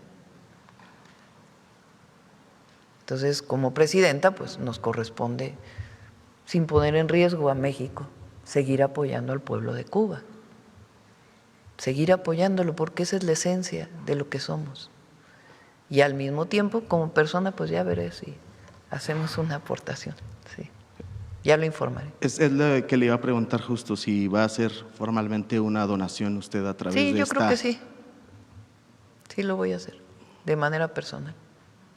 ¿Cuánto sería? Bueno, voy a ver, mañana les informo. Ok. Presidenta, aprovechando ahora este tema que es, por supuesto, más allá de las posiciones políticas o de ideología, ¿qué piensa usted del régimen cubano en el contexto de que hay, pues prácticamente todos los organismos internacionales se han pronunciado sobre violaciones de los derechos humanos en ese país? Le corresponde al pueblo de Cuba. Así como nosotros respetamos al presidente Trump porque le corresponde al pueblo de Estados Unidos. A veces decimos cosas en las que no estamos de acuerdo, que corresponden a la relación bilateral, pero lo respetamos, porque lo eligió su pueblo. Igual que no estamos de acuerdo con el presidente de Argentina, pero lo eligió su pueblo. Y podemos decir en lo que no estamos de acuerdo. Y más como presidenta, pues me corresponde la autodeterminación de los pueblos, siempre levantar esa consigna. Por supuesto, cuando hay golpes de Estado y otras cosas, pues es distinto, porque ya va contra la decisión y la autodeterminación de los pueblos. Pero es una decisión del pueblo cubano, no es una decisión que nos corresponde. Y a veces estamos de acuerdo, podemos no estar de acuerdo en algunos temas. Es igual que con el gobierno de Estados Unidos. Nosotros queremos una muy buena relación con el gobierno de Estados Unidos, muy buena. Y siempre vamos a buscar esa buena relación, siempre, siempre. Por los mexicanos que viven allá, porque somos naciones vecinas, siempre. Claro, ahí donde no estamos de acuerdo, pues también lo manifestamos, pero buscamos una buena relación. Igual con el gobierno de Cuba, le corresponde a los cubanos definir su gobierno. Y habrá cosas en las que estemos de acuerdo, habrá cosas en las que no, pero no tiene por qué sufrir su pueblo, nunca. Por eso nosotros, no solamente por convicción, sino esa es la historia del Estado mexicano, no estamos de acuerdo con los bloqueos, porque no dañan al gobierno, dañan a los pueblos. Y así se hizo en los 60s, cuando inició el bloqueo. Y así lo han mantenido los gobiernos de México en todos los ámbitos. Gracias, presidenta. Ahora que mencionaba la relación con Estados Unidos, con el presidente Donald Trump, pues este fin de semana, quizá desde el viernes, vimos intercambio de comentarios a través de las redes sociales.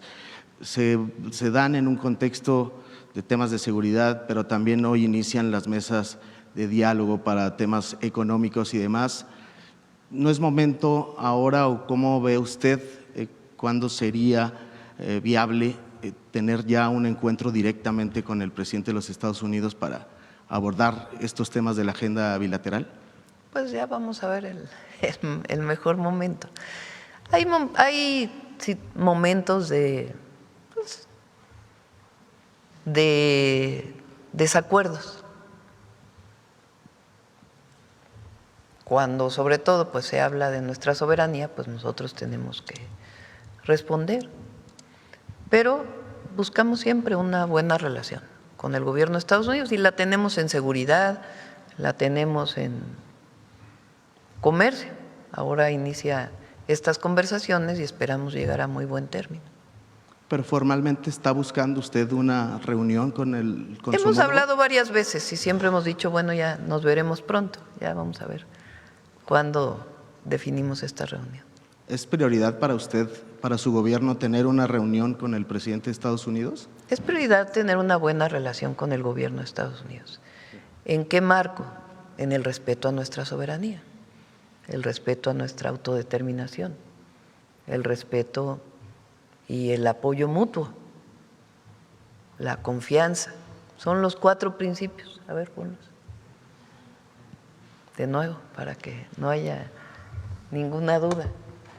Respeto a la soberanía y la integridad territorial, responsabilidad compartida y diferenciada, respeto y confianza mutua y cooperación sin subordinación. Esos han sido los principios que han marcado nuestra relación y que ellos los entienden bien. Entonces, vamos a seguir buscando una buena relación siempre con Estados Unidos. Eso en el marco de nuestros principios. ¿Cómo se explicaría, presidente, entonces estos comentarios que hace de alguna forma el mandatario haciendo señalamientos insistentes sobre, por ejemplo, la situación que él dice se vive en México, esto que él dice de narco? Bueno, pues él tiene que contestarlo, ¿no? No soy yo quien tenga que contestarlo. Nosotros, como decimos, en México gobierna el pueblo de México. Quien nos eligió fue el pueblo. Y respondemos al pueblo de México y buscamos siempre una buena relación con los Estados Unidos. ¿Una nueva llamada, presidenta, en estos días, en este contexto? Pues vamos a ver. Hoy se reúnen los equipos, también en materia de seguridad va a haber algunas reuniones. Entonces, pues ya vamos a buscar el mejor momento para la llamada.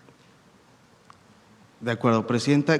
Ahora quisiera abordar el tema de la reforma electoral, si me permite.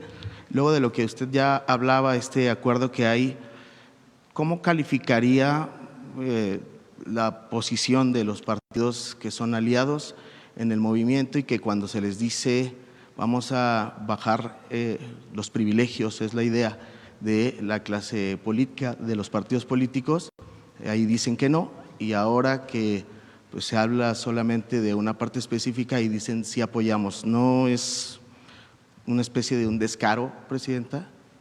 Pues es su posición y eso pues lo valora el pueblo. Esa es su posición. Y nosotros pues seguimos pensando lo mismo, yo no he cambiado de parecer.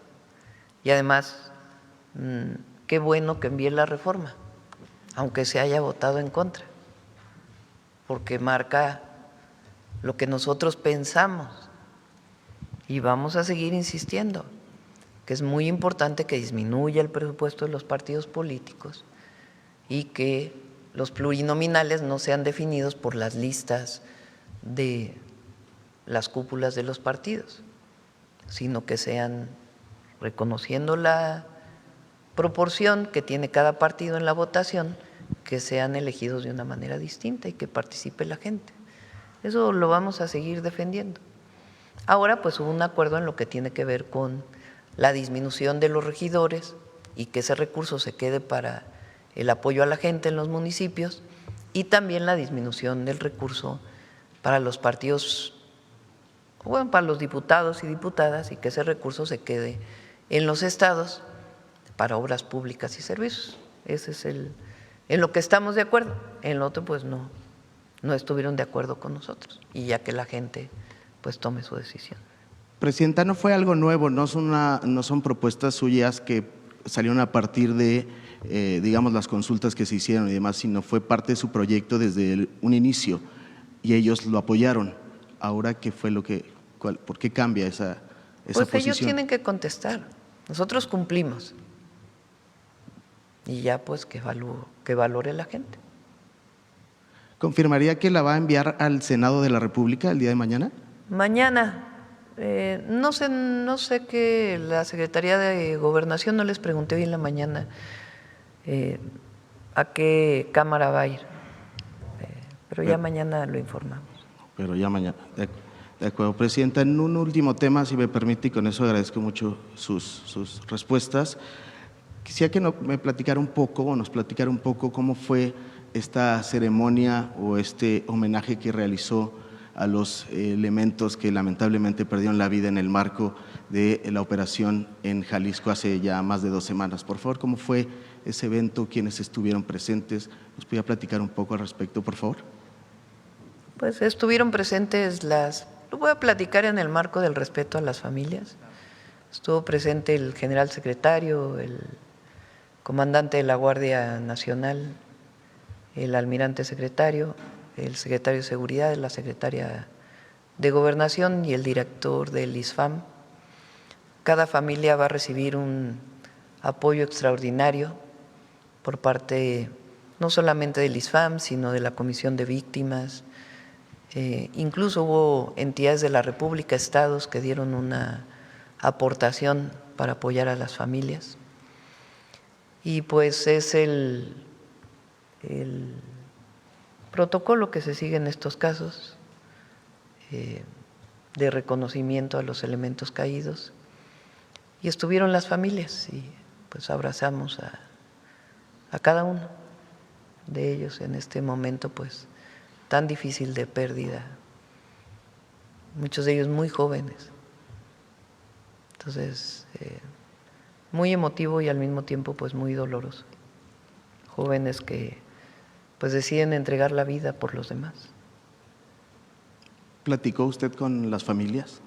Sí, con algunas de ellas.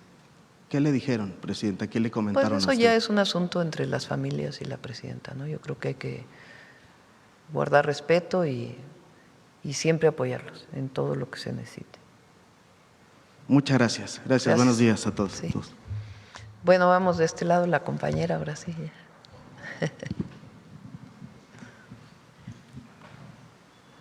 Muchas gracias, presidenta. Graciela Bravata, de Ahora Noticias.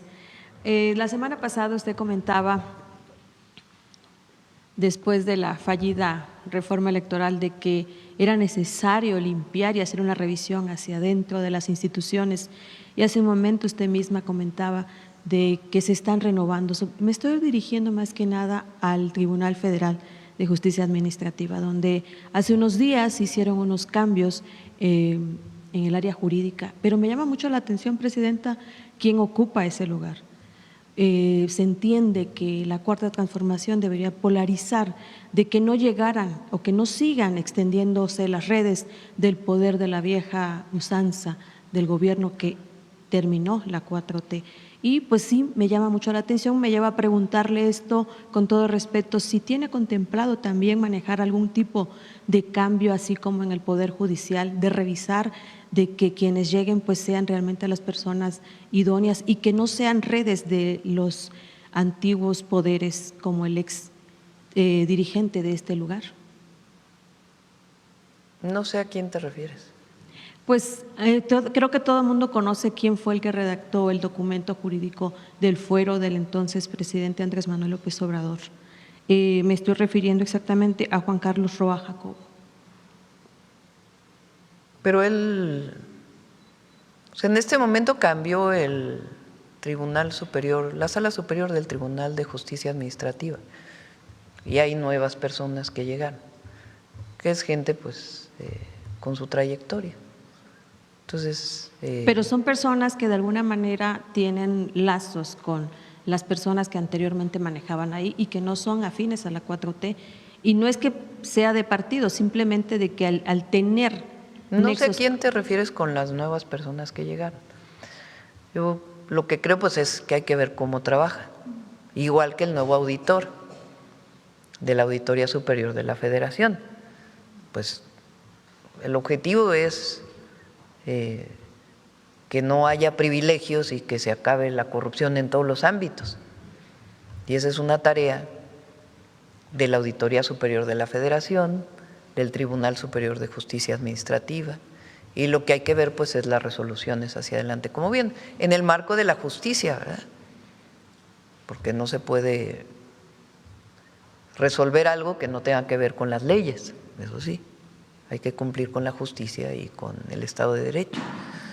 Quizás pero vigilar. Esas instituciones pues sirvieron mucho para pues dejar pasar o por lo menos resolver a favor de alguien que no tuviera, sea una persona física o moral, pues que no tuviera la razón, sino que a cambio de recursos o a cambio de favores pues se resolvía. Y el objetivo pues es ir saneando todas las instituciones. Ese es el punto. Gracias, presidenta.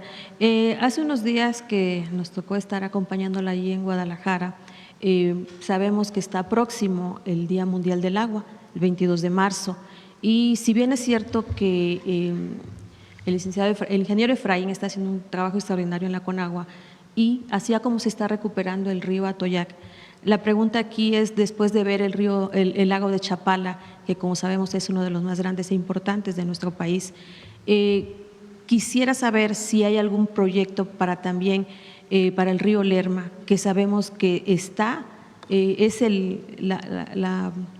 digamos que la vena fuerte de México en cuestiones de agua, que seguramente con el plan hídrico que lo llevo de la mano, que está trabajando Efraín Morales, saber, sobre todo ahorita, ¿no?, que se hacen tantos eventos, se dicen tantas cosas, pero en realidad quisiera, a petición de colonos, de ciudadanos de Chapala y de quien le hace llegar un fuerte abrazo, la doctora Lupita Ceballos, que ha trabajado con usted desde un principio, quisieran saber ellos qué realmente se está haciendo para limpiar y para mantener, rescatar el río Lerma, así como se está haciendo con el río Atoyac. Son 3 ríos los que vamos a sanear: el Atoyac y sus afluentes, el río Tula y sus afluentes y el río Lerma Santiago, que es la principal aportación al lago de Chapala. Se están construyendo plantas de tratamiento, se llaman colectores marginales. ¿Qué quiere decir eso? Son tuberías, digamos, que llevan de drenaje que cae directo al río. La idea es ponerlo en un tubo de drenaje y que pueda descargar en una planta de tratamiento y que ya el agua tratada pues pueda descargarse al río cumpliendo con todas las normas ambientales. Entonces están haciendo los colectores marginales, están haciendo las plantas de tratamiento y además aquellas descargas que son industriales, pues garantizar que nos sigan aportando de manera directa, como en el caso del río Atoyac, con varias textileras que aportan de manera directa al río y que se está pues trabajando con ellos para que tengan sus propias plantas de tratamiento. El río Lerma también se están construyendo plantas de tratamiento. Vamos a aprovechar el 22 de marzo para que se hable. ¿Habrá algún evento de todos los, pues por lo menos aquí en la mañanera? 22 es, no, es fin de semana. Es que es domingo. Pues vamos a hacerlo el 23 o antes. No, antes ya no nos va a dar, ¿verdad? Esta semana. La próxima semana, que nos expongan todo lo que se está haciendo en agua potable, en saneamiento y también todo lo que se está recuperando de transmisiones de agua que se hacían, que permitía la anterior ley y que ya no se permiten para no pagar el agua, de grandes consumidores, pero también de entrega de títulos de concesión a pequeños agricultores, que no se les daba hacía muchísimo tiempo. Presidente, y concatenado a ello, el avance se pudiera dar de la Agenda 2030, ¿se va a lograr, no se va a lograr? ¿Qué se está haciendo? Sobre todo en el OD6. Sí, lo podemos presentar también, pero lo más importante para nosotros pues es seguir disminuyendo la pobreza, las desigualdades y avanzar en los objetivos ambientales del país. Gracias, Presidenta. Y pues ya por último, en temas de la Profeco, aprovechando que está aquí el compañero, unas personas me interceptaron aquí afuera, personas que van y compran a las tiendas estas comerciales como Walmart y que dan todo lo que trabajan. Fueron defraudados de alguna manera, la Profeco los acompañó, pero no tuvieron ninguna respuesta. Le hice ahorita entrega a nuestra querida Adriana el documento de la persona que se queja, pero es algo común de que la Profeco dice hasta aquí llegué y ya no puedo seguir, y estas empresas que ni siquiera son mexicanas pues vienen a desfalcar a las familias mexicanas. Entonces pedirle el favor si pudiera tomar el caso, revisarlo. Sí estuvo presente la Profeco, pero por ahí hubieron actos que dices, bueno, ya somos amigos y te la dejo pasar, ya no. No, eso no pasa en la Profeco. Pues no, me consta, porque Iván es una persona de primerísima, trabaja conmigo desde hace mucho tiempo. Lo que busca Profeco, ahora lo explica Iván, es que pues se trate de resolver el problema con la persona. Hay un caso, por ejemplo, en Walmart, ¿no?, que se expusieron equipos a un monto y se había equivocado Walmart al exponerlo, pero pues ese es, digamos, responsabilidad de Walmart. Entonces la gente quiso comprar y a la hora de la hora eran mucho más caros.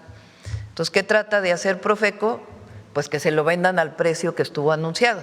Si se niega la tienda, pues entonces viene la sanción a la tienda y lo que tiene que hacer con los consumidores. Pero, a ver, explícalo, Iván. Muchas gracias, Presidenta. Yo lo dividiría en dos temas. Uno es nosotros, el procedimiento de conciliación con un consumidor viene en 3 etapas. Entonces, si no hay un acuerdo en ninguna de estas etapas, al final el propio procedimiento administrativo nos indica que se deja a salvo los derechos de las personas consumidoras y ahí las personas consumidoras pudieran escalar el asunto ya a una denuncia penal. Pero nosotros siempre lo que intentamos es, o siempre le damos la razón a las personas consumidoras en este proceso de conciliación. Y en particular de Walmart, y aprovecho para lo que acaba de comentar la Presidenta,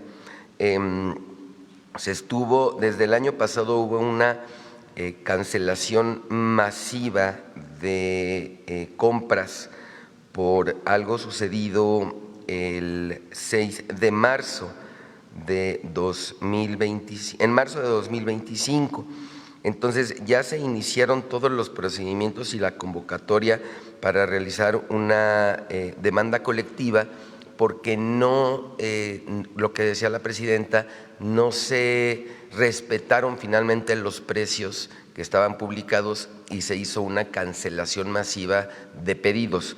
Ahorita iniciamos la demanda con 96 consentimientos adjuntos de consumidores que están de acuerdo en que la Profeco los represente, pero nosotros creemos que el alcance por todos los expedientes que tenemos en la institución es que van a ser alrededor de 839 personas consumidoras beneficiadas por esta compra masiva que sucedió el año pasado. Esa sería la información, Presidenta. Sí, muchas gracias. Nada más quiero aclarar que no es nada personal, es lo que dice la gente. A lo mejor, así como la Presidenta tiene excelentes estrategias, a veces los que están más abajo actúan de otra forma. Nada más es el comentario. Con todo respeto. Gracias. La queja, cualquier servidor público, bienvenida. Aquí hay que escuchar siempre a la gente. Lo que sí es que depende mucho también de la cabeza, ¿no?, de la institución. Si busca resolver los problemas a favor del pueblo, de la ciudadanía, o no lo quiere hacer. Y en nuestro gobierno pues no toleramos nadie que busque algún beneficio personal o apoyar a alguien fuera de la ley. Por eso me permite exponerlo, Presidenta. Sí, por supuesto. Y aquí y en cualquier lado, cualquier denuncia es bienvenida. Gracias, Presidenta. Por último, en la reforma que estaba proponiendo anteriormente, estaba contemplando el limitar toda esta lluvia de cosas que se hacen a través de la inteligencia artificial cuando se repiten muchos spots y cosas que hoy lo estamos viviendo en todos los aspectos, ¿no? Lo hacen tan viral, como lo llaman ahora, perjudicando a todos. Esta que no pasó, Presidenta, sin embargo, no contempla en lo general limitar esto, digo, esto no evitar la libertad de expresión, pero estos que son difamaciones, que son cosas que como la violencia, lo hizo ahorita con el área de Secretaría de Mujeres, pero está focalizado únicamente, pero hay muchos ataques. Y como lo repito y con toda la pena y me solidarizo con usted, porque ahorita nada más en la transmisión que estamos teniendo, si nos ponemos a revisar cuántas agresiones recibe usted, y son bots y son gente que, entonces, ¿por qué no pensar, con todo respeto, si no pasó para los partidos políticos, para los candidatos que sufren también? Pero son cosas distintas. O sea, el INE tiene que sancionar, está sancionado ya en la ley, o ya está establecido en la ley, que la violencia o la denigración o denigrar a un candidato, candidata, o la violencia de género, pues no está permitida. El tema pues es que las autoridades electorales pues tienen que actuar adecuadamente, a veces se tardan mucho en poner las sanciones, a veces lo hacen, pero a veces se tardan mucho. Entonces pues depende de la autoridad. Ahora, no todo se puede regular, no todo. Y depende de uno, pues,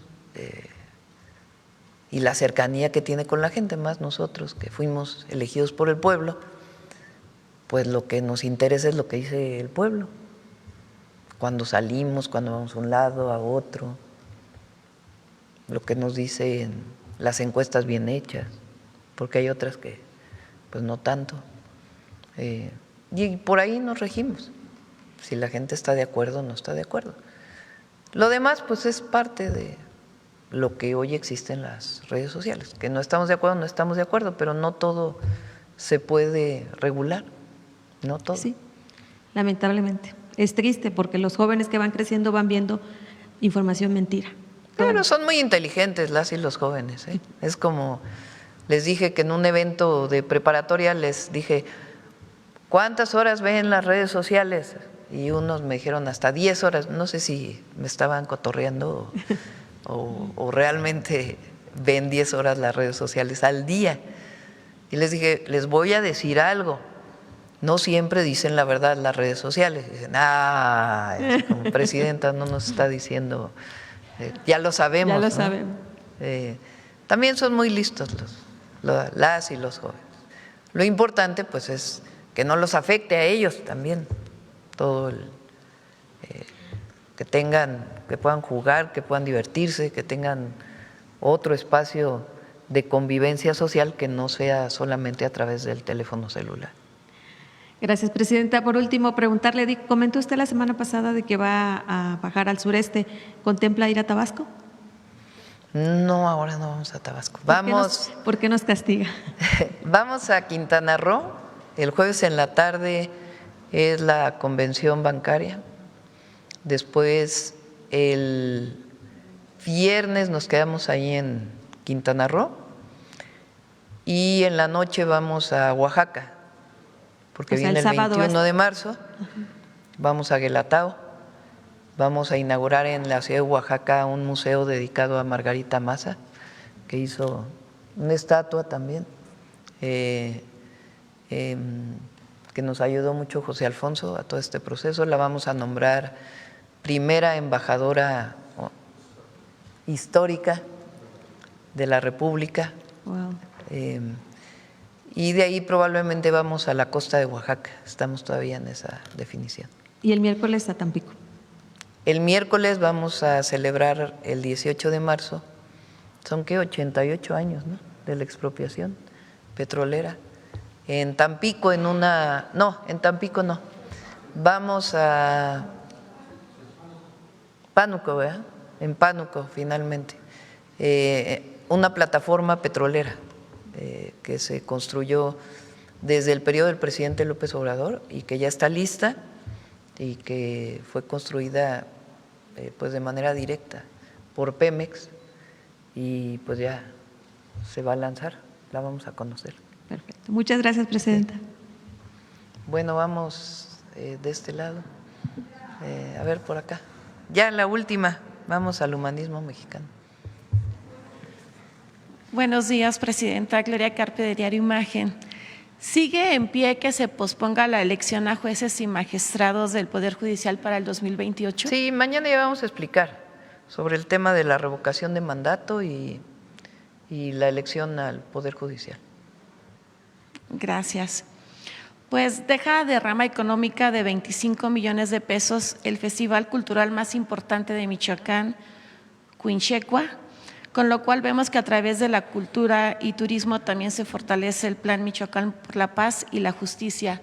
¿Su opinión al respecto? Nos toca ya dar el informe del Plan Michoacán, ya lo vamos a dar también. De acuerdo con lo que nos reportó Josefina, la secretaria de Turismo, ha tenido mucho más visitantes Michoacán en diciembre y en enero. Entonces, el trabajo que está haciendo la Secretaría de Turismo junto con el gobierno de Michoacán está ayudando mucho. Parte del Plan Michoacán por la Paz y la Justicia. Gracias. En México se registran entre 1.7 y 1.9 millones de nacimientos cada año, lo que representa cerca de 4.600 nacimientos diarios. Por ello, el combate a la desnutrición infantil y el control del sarampión fueron los principales temas abordados durante una primera reunión ordinaria del Consejo Nacional de Salud para el Bienestar. ¿Qué opinas sobre estos temas, en especial sobre la desnutrición infantil en México? Hay todavía casos, estamos trabajando en ello con el Gabinete de Salud. Todavía hay casos, lamentablemente, en nuestro país. Y vamos a hacer una intervención territorial, porque está en ciertos lugares de nuestro país. Todavía, lamentablemente, la desnutrición infantil tiene que ver con garantizar la alimentación de la madre y también pues de los pequeños en la primera infancia hasta los 1000 días de vida. Entonces, estamos trabajando en ello y ya lo vamos a presentar. Gracias. Y bueno, sobre… Mañana viene salud, mañana viene el Gabinete de Salud. Gracias, presidenta. Y sobre el precio de la gasolina, que se va a mantener durante los próximos 6 meses por debajo de los 24 pesos, ¿se va a trabajar también pronto para, una vez que concluyan estos 6 meses, poderla seguir manteniendo así? Sí, esa es la idea, garantizar que no suba el precio de la gasolina. Hay que recordar pues los gasolinazos del último periodo de Peña Nieto principalmente. También pasó con Calderón, pero con Peña Nieto cada mes subía la gasolina. Nosotros, desde que llegó el presidente López Obrador, se comprometió a que no iba a subir el precio de la gasolina en términos reales, solamente lo que correspondía a la inflación. Ahora incluso está más barato este año que lo que estaba el año pasado, porque está al mismo precio, es decir, no sé, lo que se refiere a la gasolina regular, la magna, porque no aumentó la inflación, entonces se mantiene por debajo de los 24 pesos. Y para compensar este incremento en el precio del petróleo a nivel internacional y de las gasolinas, pues siempre hay una compensación con el IEPS, que muy probablemente esta semana puede incorporarse en el diésel y en la gasolina. Y además que no hay subsidio gubernamental para ello. En este caso no, a menos que suba mucho el precio de la gasolina. Ahora, por la guerra en Medio Oriente, particularmente en Irán, pues el precio del petróleo llegó a más de $100 el barril. Antes de que iniciara estaba sobre $60 el barril. Subió $40. Todavía estuvo, la semana pasada estuvo como a 110, el fin de semana, no este que pasó, sino el anterior. El presidente Trump hizo una declaración de que iba a durar poco la guerra, entonces eso disminuyó. Después hubo una declaración de que se iban a abrir las reservas internacionales por parte de los países que pertenecen a la Agencia Internacional de Energía, eso bajó.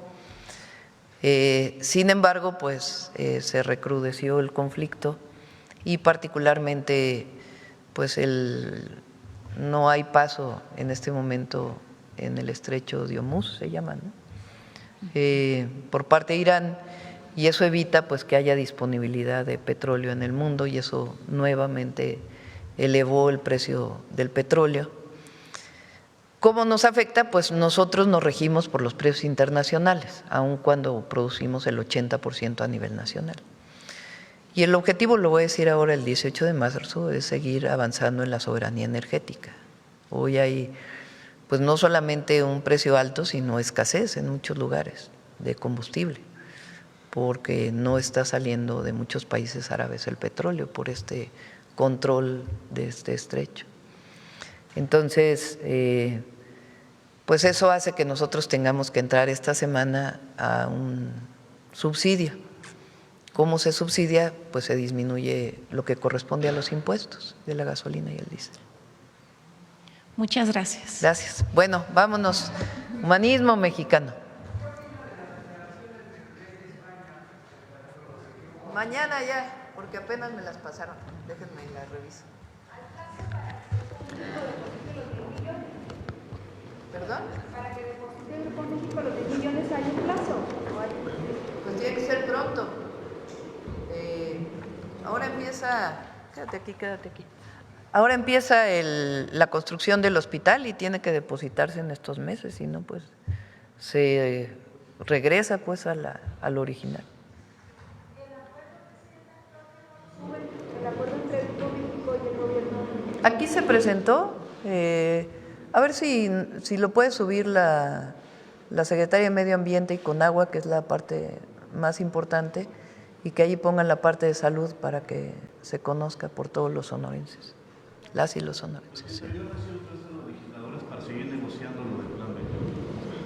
Hoy tengo reunión para ver otra parte de la agenda legislativa en la noche con Secretaría de Gobernación y no sé si vienen los diputados, el coordinador de Morena y del Senado y de la Cámara de Diputados. Al rato voy a ver a la Secretaría de Gobernación para ver pues cómo quedó finalmente la redacción de lo que se va a enviar mañana y de todas maneras tenemos una agenda importante que todavía está pendiente. Por cierto que está por aprobarse en Cámara de Diputados lo de la disminución de las pensiones doradas que le pusieron, que también es una reforma constitucional, se aprobó en el Senado, viene a Cámara de Diputados y luego tiene que aprobarse por los congresos porque es una reforma constitucional. Y ahí también hay un ahorro que va, eso sí, directo a sector salud, lo vamos a etiquetar para hospitales específicos en las zonas que más lo necesitan. El jueves, el presidente de Alemania viene. No sé si es aquí, pero sí viene el presidente. Con su permiso, Presidenta, muy buenos días a todos y todas. La historia de México está llena de ejemplos de soberanía, humanismo y justicia social. Sin embargo, por años, el discurso histórico centralista dejó en el olvido a héroes fundamentales que encarnaron estos valores, pero fuera del centro del país. Un ejemplo de ello es el de Ángel Albino Corzo, liberal chiapaneco que, fíjense, apoyó la revolución de Ayutla que derrocó al dictador Santana e hizo de Chiapas un bastión liberal y de la reforma en el sureste, resistiendo ambiciones anexionistas e invasiones extranjeras. Además, es importante mencionar que Corzo integró en sus filas al general José María Melo, primer presidente indígena de Colombia, que vino a México tras ser derrocado para luchar con el bando liberal a las órdenes de Corzo. En pocas palabras, podríamos decir que quizás sin Ángel Albino Corzo, el mapa de México sería distinto. Es por eso que hoy, en el marco del 210 aniversario de su nacimiento, queremos honrar su memoria, porque el humanismo mexicano también es reconocer a quienes nos dieron patria desde cualquier rincón de nuestro país. Veamos el video, por favor. Hace 210 años nació uno de los más relevantes humanistas y liberales de Chiapas, Ángel Albino Corzo. Promotor del reparto agrario en su entidad y defensor de los campesinos, creó la Guardia Nacional Chiapaneca con el objeto de defender la frontera sur ante cualquier invasión extranjera. Desde su juventud se involucró en los procesos sociales de una entidad que por voluntad popular se integró a la República Mexicana a partir de 1824. Promovió la entrega de tierras a campesinos, la prohibición del trabajo gratuito que tenían que ofrecer a los finqueros, al igual que los castigos corporales para los peones agrícolas. Fundó una escuela para indígenas e impulsó la prohibición de la venta de alcohol. En 1846 alentó la formación de la Guardia Nacional que se sumó a la defensa de la patria en la guerra de invasión de Estados Unidos y ante la posibilidad de un ataque de mercenarios ingleses por la frontera sur. Encabezó la Guardia Nacional Chiapaneca y se sumó a la Revolución de Ayutla para derrocar al dictador Antonio López de Santa Anna. Tuvo un importante papel al inicio de la Guerra de Reforma, ya que Chiapas actuó como bastión para defender la soberanía nacional frente a las pretensiones de Guatemala de anexarse la región del Soconusco. Como gobernador del estado, Albino Corzo, el 10 de octubre de 1859, recibe al primer presidente indígena de Colombia, José María Melo y Ortiz, quien, tras ser derrocado, llega a Chiapas y se integra al ejército mexicano para defender las causas que defendía su hermano zapoteca, el presidente Juárez. En su segundo periodo como gobernador de Chiapas, combatió la invasión francesa, logrando victorias relevantes. Tras su muerte en 1875, fue declarado benemérito de Chiapas, Tabasco y Campeche por haber garantizado la unión de dichos estados a la Federación Mexicana durante la Guerra de Reforma. En su honor, la capital indígena fue nombrada Chiapa de Corzo para honrar a uno de los más ilustres humanistas y liberales chiapanecos, inspiración y pilar del humanismo mexicano.